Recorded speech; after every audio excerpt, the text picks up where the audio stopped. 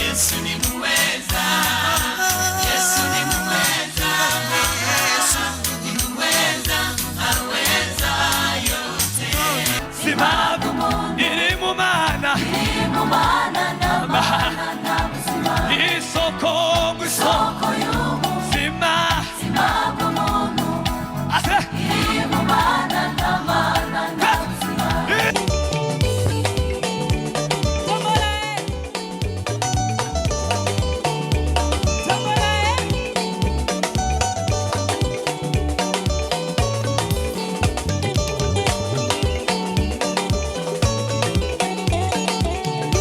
Tarisisi Hope Ministry TV ni umuryango washinzwe ugamije gufasha abakene, imfubyi n'abapfakazi batagira kirengera, abana baba mwibarabara, abasangwa butaka, abarwariye mu bitaro ndetse n'imfungwa. Nawe nimba hari umusanzu wifuza gutanga, duhamagare cyangwa utwandikire kuri izo nimero ziri kuri screen.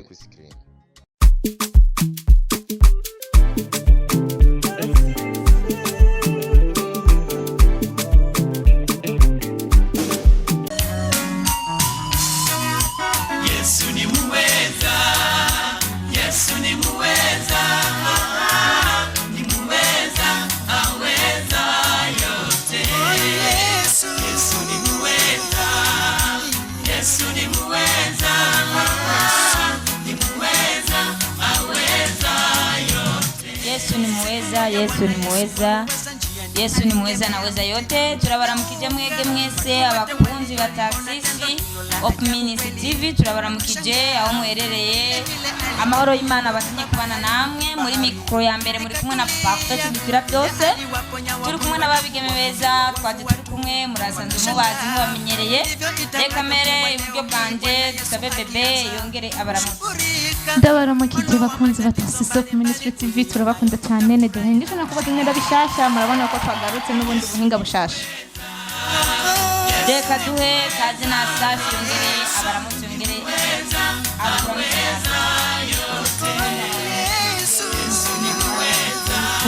kandi turabakunda cyane. Reka dusabe narine yongera tumuze aramutse n'abarako baradukurikirana. Murakoze cyane, reka tubandanye n'ino ndirimbo mubandanye kuryohera. Bwana Yesu anaweza kukuponya leo hii ukafurahi na kushangilia. Kama ni matatizo ya ndoa au kiuchumi, Yesu ni muweza. Kama ni masomo darasani au biashara, Bwana Yesu anainua. Yesu ni muweza, Yesu ni muweza, ni muweza, aweza yote. Yesu ni muweza, Yesu ni muweza, ni muweza, aweza yote.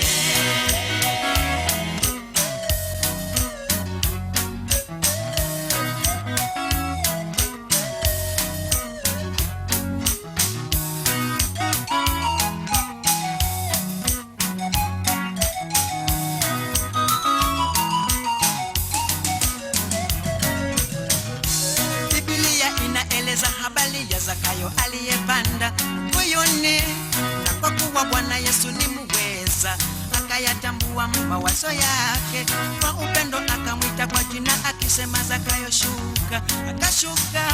Siku hiyo ikawa ya neema kwa Zakayo, akapata wokovu. Basi leo kama Zakayo, Yesu anakuita kwa jina, fichuka upesi, akuchonge chonge, akufanye jinsi apendavyo yeye. Yesu ni muweza, Yesu ni muweza, Yesu ni muweza, aweza yote. Yesu ni muweza, Yesu ni muweza, ni muweza, aweza yote. Yesu ni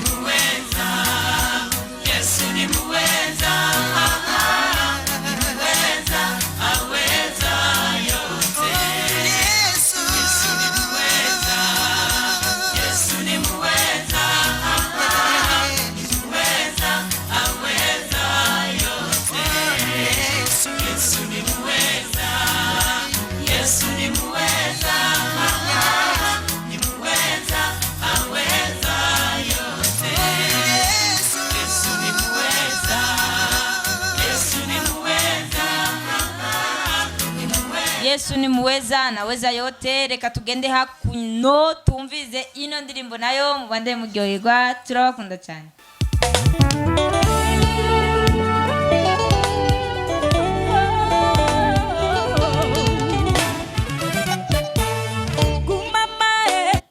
Ni kubandika na kubandua hakuno. Reka mubande mudukikirana. Turabakunda cyane. Baza mgenza ngo ariko umeze neza. Est-ce que tu es bien vraiment? Bwana asifiwe. None tugakura imindirimbo ivuga ngo Ntundeke ntundekure mwana we. Umve Ntagufite nta buzima sinobaho. Ntundeke we ntundekure mwana we. Ntagufite nta buzima. Tuzaburi marisho.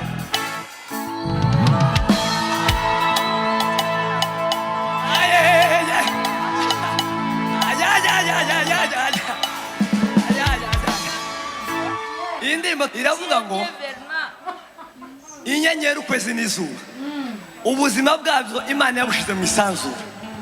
Noneho ngo ubuzima bw'ibimera Imana ibushira mu butaka wabukuramo ikimera kizacuma. Ngo ariko ubuzima isoko y'ubuzima bwacu ngo iri mu Mana, ngo nta Mana nta buzima. Noneho gatwarenza tuvuga ngo Ntundeke ntundekure mwana we. Ase ntabwo ufite nta buzima sino kuzabura imana icyubahiro.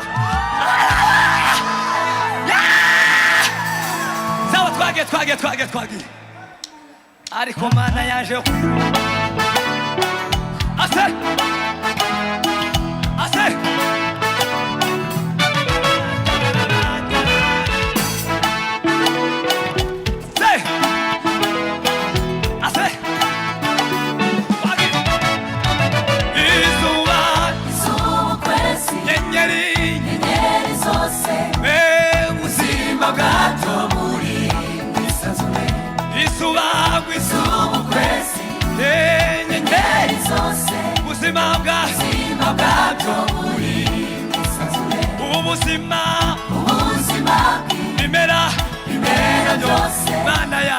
Imana yabushize mu butaka.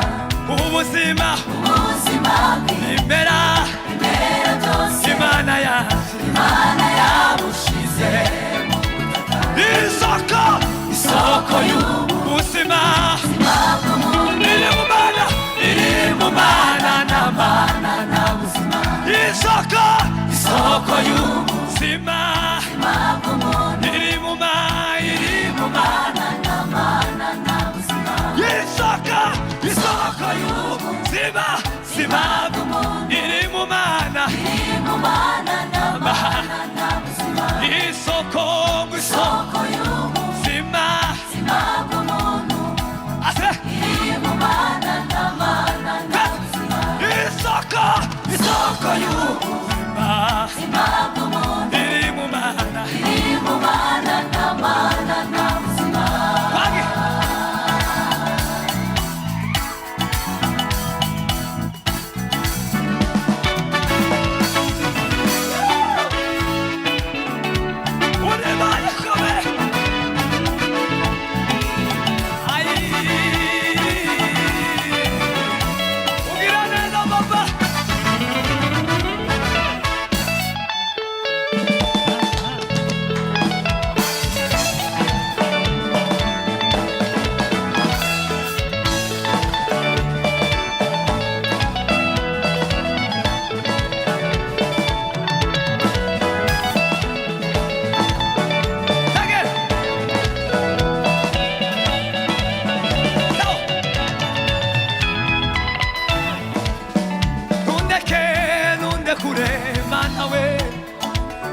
Ntagufite nta buzima sinobaho. Ntundeke we ntundekure Mana we yoyo. Ntagufite nta buzima sinobaho. Ntundeke we ntundekure Mana we. Sala ntundeke ntundekure Mana we.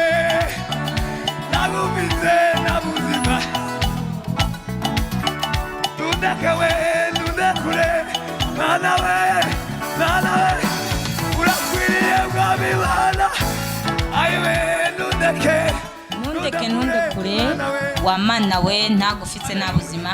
Reka nibarize Bera hano, mbega Imana ikurekuye wumva wogira ubuzima bimeze gute? no bukurahe, niyo mpamvu nanjye nifatikanyije nabo baririmbye uti Imana ntundekure kuko ntagufite nta buzima. Nta buzima tudafite Imana, nta buzima nitwobaho atamana, nitwotambuka atamana, byose tubikesha nta mana nta buzima. Reka tugende hakuno n'iyindi ndirimbo ikurikira. Bandika na kubandua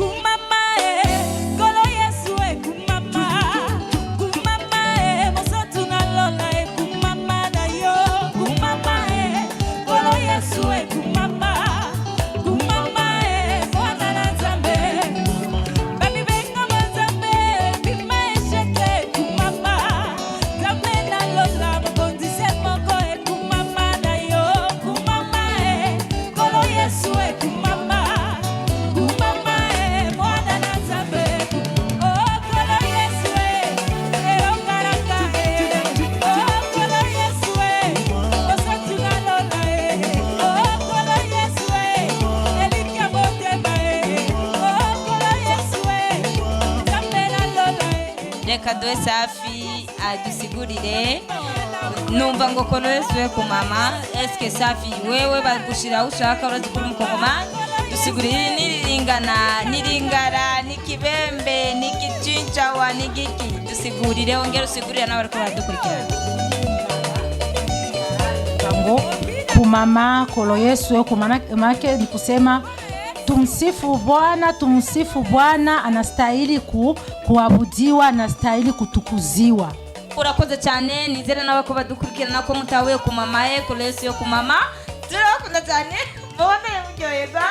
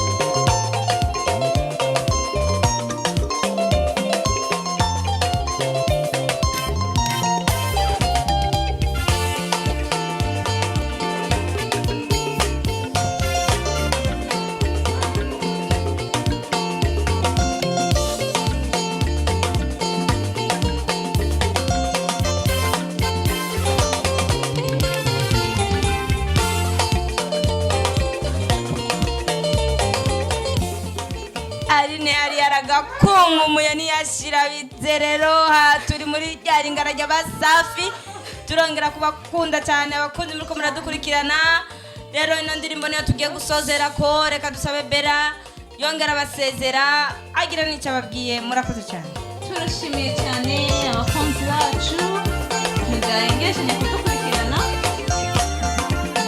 Turabakunda cyane kandi turabafite ku mutima. Murabona yuko ngaha ibintu byashushe byabaye sho muri Taxis Hope Ministry TV. Muri bwo bumwe nyene tugire like, comment na share, subscribe ntituyibagire kugira ibiganiro byose biraca ko bishasha ama new vibes gusa muzoze murayakurikirana byihuse. Murakoze cyane abariko badukurikirana. Mwumvise yuko Bera ari cyo babifurije kakandi nyene nakakandara gakeneye mugashireko reka duhe na Safi yongere abasezere agira n'akajambo babwiye. Yego chao, ndabakunda cyane, muendelee mnafuatilia kipindi chetu tena zaidi sana na muendelee mnatia kale kabor, msisahau na kupatia wengine nao. Ndiyo nikizani wamebisikia. Reka duhe na Aline nawe yongere abasezere, yongere agira n'akajambo babwiye. Murakoze cyane. Umunsi mwiza wakunzi ba Tarasisi Hope Ministry cyangwa itondo cyiza bivanye naho muherereye, Imana ibahezagira uko mubasha kudushigikira. Murakoze cyane, reka dusoze na kano karimbo kabandanye kabagwa neza.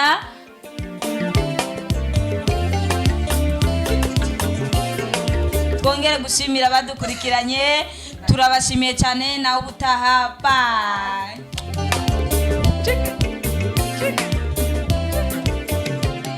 Tarasisi Hope Ministry TV ni umuryango washinzwe ugamije gufasha abakene, imfubyi n'abapfakazi batagira kirengera, abana baba mwibarabara, abasangwa butaka, abarwariye mu bitaro ndetse n'imfungwa. Nawe nimba hari umusanzu wifuza gutanga, duhamagare cyangwa utwandikire kuri izo nimero ziri kuri screen.